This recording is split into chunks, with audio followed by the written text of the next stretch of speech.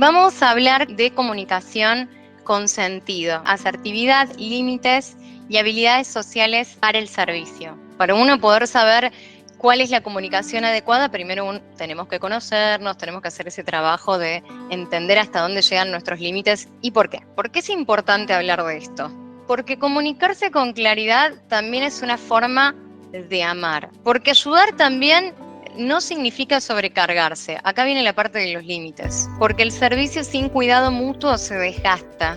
¿Sí? Esto habla de la necesidad de una reciprocidad en los vínculos, ¿no? Porque comunicar lo que sentimos, pensamos y necesitamos mejora nuestras relaciones. Porque si yo no le digo al otro cómo me siento, el otro muchas veces no sabe.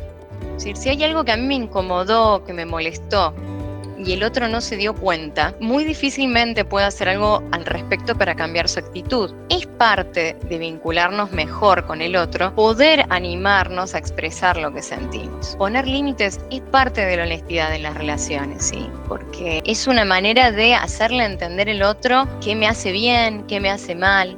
¿Qué es la comunicación con sentido? Es la comunicación que nace desde el vínculo auténtico. ¿Qué significa esto? Que busca el bien común, no imponer ni complacer. Si no se trata de ser agresivo, pero tampoco de tener un carácter de sumisión.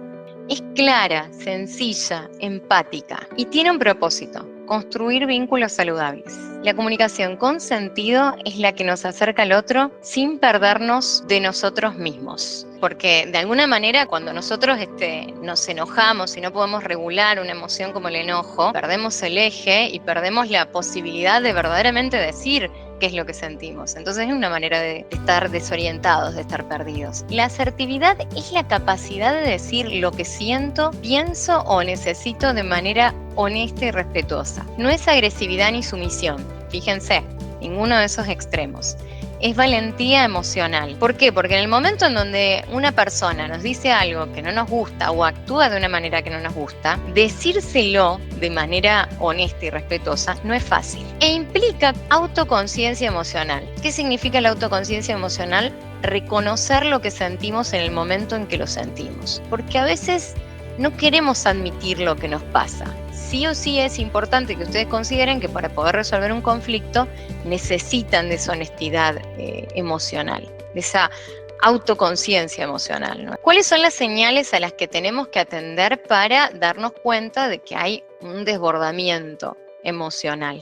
Las reacciones muy intensas, es decir, esto de cuando ya lloramos, cuando nos vamos, cuando vemos a una persona y, por ejemplo, no queremos compartir un espacio con esa persona. O gritar. La sensación de injusticia o impotencia. Esto también viene a colación de no poder hablar. Hay que aprender también a decir para no quedarse con eso. Y la dificultad para desconectar del trabajo. Esto a las personas que trabajamos con personas nos pasa mucho de todas formas y es algo que se tiene que ir trabajando, ¿no? Vamos a hablar un poco de los estilos de comunicación. Los estilos de comunicación que nosotros podemos encontrar son 3. El pasivo es el estilo de comunicación en donde uno se queda callado para evitar el conflicto. Pero el problema es con uno mismo, ¿no? Por eso dice, me enojo conmigo. Cuando uno se queda con algunas cosas, inconscientemente puede ejercer ese enojo en uno mismo. Después está el estilo de comunicación agresivo. Impongo mi verdad, ¿no? Esto es no poder escuchar. Y no poder escuchar significa que en realidad mi miedo subyacente es el ser rechazado, es el poder discernir con el otro. Y ese miedo que tengo es lo que genero. Si una persona cuando es autoritaria o es agresiva, ¿qué generan los demás? Miedo o rechazo. Finalmente, el estilo de comunicación asertivo es este ideal, pero que tanto nos cuesta a todos los seres humanos, justamente por nuestra humanidad, que es esto de comunicarnos con claridad y empatía. Eso crea puentes, no muros entre las personas. Esto de crear puentes no hay una sola forma. Tiene que ver con saber que es tan importante la otra persona como ustedes mismos también en una comunicación. Ni todo para el otro, porque eso significa que ustedes se están descuidando, ni todo para ustedes, porque eso significa egoísmo, ¿no? Es importante también cuando nosotros le decimos que no a una persona por algo, que la persona sepa por qué. Por ahí cuando uno explica, uno se predispone mejor cuando entiende. Una frase con la que ustedes pueden ser asertivos, por ejemplo, para hablar con alguien, es decir, me gustaría hablar de esto con tranquilidad. Esto que ¿Qué pasó? Me incomodó. ¿Podemos conversarlo? Es otra frase. Hoy no tengo la energía para eso, pero puedo ayudarte mañana. Fíjense que se necesita mucha inteligencia emocional para poder decir este tipo de frases. Porque sin duda cuando hay una persona que no nos habla bien o que no está en un buen día, lo primero que surge en nosotros es engancharnos de esa lógica, de esa dinámica que trae el otro. Vamos a hablar de qué es un límite saludable.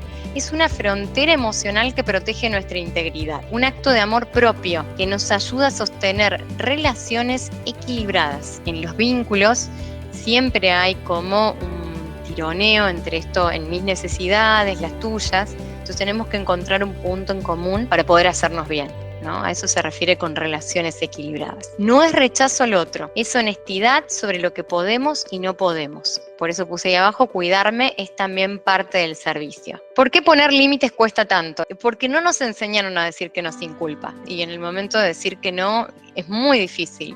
Lo más fácil es decir que sí. Después porque confundimos límites con rechazo. Porque creemos que amar es aguantarse todo. Porque nos da miedo que el otro se enoje o se aleje. Recuerden, un límite sano no va a romper un vínculo, lo va a ordenar. ¿Cómo me doy cuenta si necesito poner un límite? Porque a veces no me doy cuenta. Si se sienten agotados, frustrados o incómodos con una persona o con una situación, si les cuesta decir que no aunque se dan cuenta que lo necesitan, siento que doy demasiado y recibo poco. Me enojo en silencio y después me culpo. ¿Cómo puedo poner un límite sin culpa? Reconozco qué me incomoda o qué me hace mal. Hay que saber qué nos hace mal para poder poner un límite sin culpa. Me doy permiso para poner un freno. Lo comunico de forma clara y sin agresión. El hecho de que yo diga que no significa que voy a decir que no enojado. Puedo decir las cosas con claridad y sin agresión, y eso es ser asertivo. Eso es poner límites de manera saludable. Sostengo mi decisión aunque el otro no le guste. Me abrazo en la incomodidad de elegir cuidarme. ¿Poner límites es cómodo? No. ¿Puede traer conflictos? Sí. ¿Trae conflictos no ponerlos? También. Que hay posibilidades de poner límites desde el amor. Poner límites con empatía. ¿Qué significa? La empatía no es sacrificio. La empatía no es absorber las emociones del otro, sino entenderlas sin perder nuestra estabilidad. Frases para poner límites con empatía, por ejemplo. Te entiendo, pero esto es lo que puedo hacer por vos ahora. Otra cosa es, por ejemplo, una manera de negarse, pero siendo empáticos, no puedo darte eso, pero te puedo ayudar de esta otra forma. Es importante respetar las normas para que esto funcione para todos. Es re difícil, gente, decir, todas estas cosas no son fáciles, pero se las traje por eso, porque son frases que no es lo que primeramente pensamos, pero que pueden ayudar muchísimo si ustedes aprenden a ponerlas en práctica. Lo que no es poner límites, no es castigar, no es manipular, no es cortar vínculos impulsivamente. Esto de decir, bueno, no sé decirle que no, entonces no lo veo más. No le hablo más. No voy a hablar con esa persona porque me pide algo y no sé decirle que no. No es hablar desde el enojo. Fíjense que acá les puse una frase que dice, es hablar desde la conciencia de lo que necesito para seguir cuidando el vínculo con amor. Hemos terminado. Servir también es aprender a cuidarnos. Muchas gracias.